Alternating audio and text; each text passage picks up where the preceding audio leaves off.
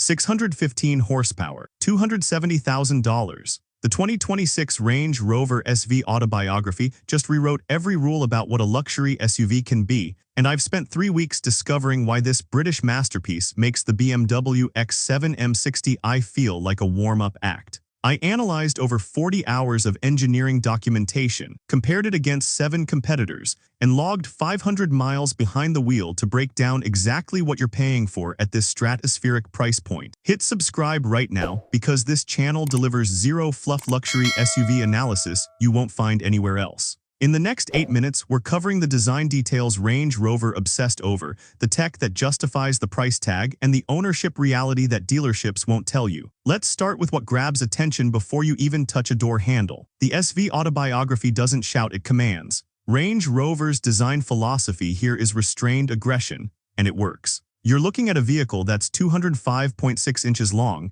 82.7 inches wide, and rides on a 122.8-inch wheelbase. Those aren't just numbers. This SUV takes up real estate. The pixel LED matrix headlights with signature daytime running lights aren't LED strips stuck on plastic. Each headlight contains 144 individual LED elements that actively shape the beam pattern, carving out other vehicles from the high beam projection. Your visibility stays maximized while oncoming drivers don't get blinded. 3 specific design touches separate this from the standard Range Rover. The SV-specific grille with satin chrome surround, Bespoke 23-inch forged alloy wheels in 5 different designs. Mine came with the technical satin finish that weighs 12 pounds less per wheel than cast alternatives, and the flush deployable door handles that present themselves when you approach. Those blue SV-badged brake calipers, carbon ceramic, 16.1 inches up front, 15 inches rear. They cost $8,900 as a standalone option, and they're worth it if you push this thing. Paint choices include 20 standard colors plus the SV Bespoke program that'll match literally any color sample you bring them. Customers have matched Herm's handbags, favorite yachts,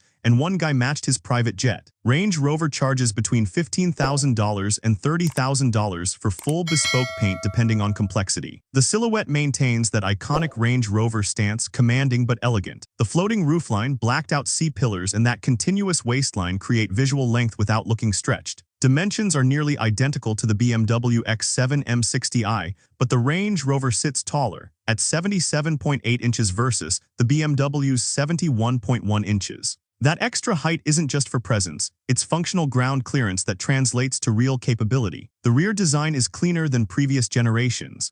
Slim LED taillights span the full width, and the twin exhaust outlets are the only aggressive elements. Everything else whispers wealth. But here's where the real separation happens, and this shocked me when I measured it myself. Open the door and you're stepping into what Range Rover calls the executive class lounge. The cabin uses semi-aniline leather across every surface you'll touch: seats, door panels, dashboard, headliner. This isn't your standard leather. Range Rover sources hides from Scandinavian cattle raised in cold climates where there are fewer insect bites, resulting in more flawless leather surfaces. The SV includes a choice of 4 distinct interior themes: vintage tan and navy, ebony and pimento, caraway and ebony, or sunrise and ebony. Each uses contrasting colors in ways that feel curated, not catalog. Front seats feature 24-way power adjustment with memory, heating, cooling, and massage functions across 5 programs. The rear executive class seats recline up to 40 degrees, include deployable ottomans, and have independent climate zones. These aren't airplane-style recliners, they're first-class pods. The technology suite centers on Range Rover's Pivi Pro infotainment with a 13.7-inch curved glass touchscreen. Response time is instant,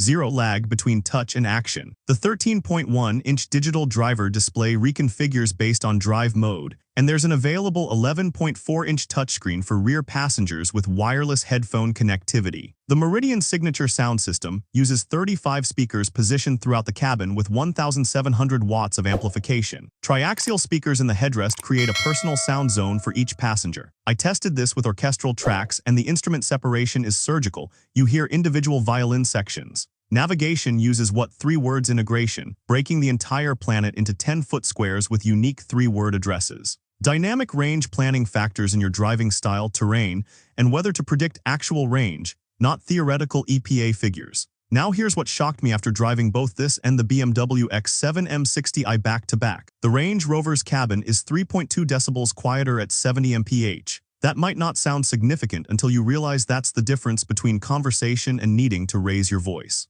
Range Rover achieved this through laminated acoustic glass, active noise cancellation through the Meridian system, and isolation mounts for every component that vibrates. Storage practicality is where luxury SUVs often fumble. The Range Rover doesn't. You get 31.6 cubic feet behind the third row, 58.5 cubic feet behind the second row, and a maximum of 84.5 cubic feet with all seats folded. The power tailgate includes configurable height settings so you won't smack it on low garage ceilings, and the activity key lets you lock the vehicle and leave the traditional key fob inside, perfect for beach trips or skiing. Cargo space is nearly identical to the BMW X7, but the Range Rover's load floor is wider by 2.1 inches, making it easier to slide wide items in. The SV Autobiography includes a panoramic glass roof with electrochromic dimming. You control tint levels from clear to fully opaque in seconds. No shade mechanism needed, but raw luxury only tells half the story. Let's talk about what moves this 3-ton monument. Under the hood sits a twin-turbocharged 4.4-liter V8 enhanced with a 48-volt mild hybrid system producing 615 horsepower and 625 lb-ft of torque. 0 to 60 mph happens in 4.4 seconds. Top speed is electronically limited to 155 mph. For context, the BMW X7 M60i makes 523 horsepower and hits 60 mph in 4.5 seconds. The Range Rover is meaningfully quicker despite weighing 400 pounds more. 8-speed automatic transmission shifts are telepathic. Active rear differential distributes torque between rear wheels. Dynamic air suspension drops ride height by 1.6 inches at highway speeds for aerodynamics, raises 2.9 inches for off-road mode. Adaptive dynamics scans the road 500 times per second, adjusting dampers in real time. But let's address ownership reality because $270,000 is just the entry fee. Fuel economy is EPA rated at 13 mpg city, 19 highway. Premium fuel required. Figure $400 monthly in fuel costs if you drive 12,000 miles annually. Maintenance intervals are every 10,000 miles with annual service costs averaging $2,800 to $3,500 through authorized dealers. Insurance for a vehicle this valuable runs between $4,500 and $7,200 annually depending on your location and driving record. Depreciation is the real conversation nobody wants to have. Range Rovers historically lose 50–60% of their value in 5 years.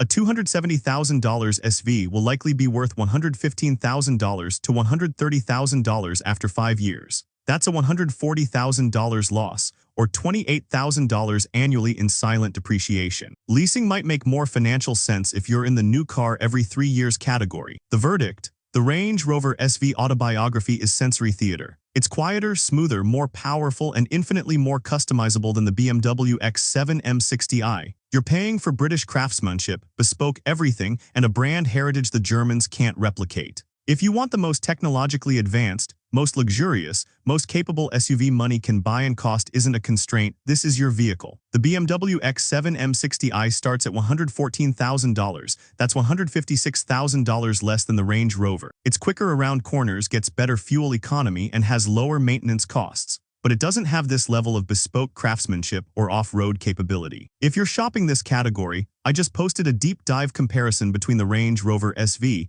BMW X7 M60i, and Mercedes-Benz GLS 63. Make sure you're subscribed so you catch that breakdown tomorrow. The 2026 Range Rover SV Autobiography isn't a rational purchase. It's an emotional one. If you're looking at this vehicle, you've already crossed the threshold where spreadsheets matter. This is about having the absolute pinnacle of British luxury engineering. Hit that subscribe button and turn on notifications, because I'm reviewing 12 luxury SUVs over the next 60 days. Drop a comment below. Would you take this Range Rover SV or the BMW X7 M60i and why? I read every single comment.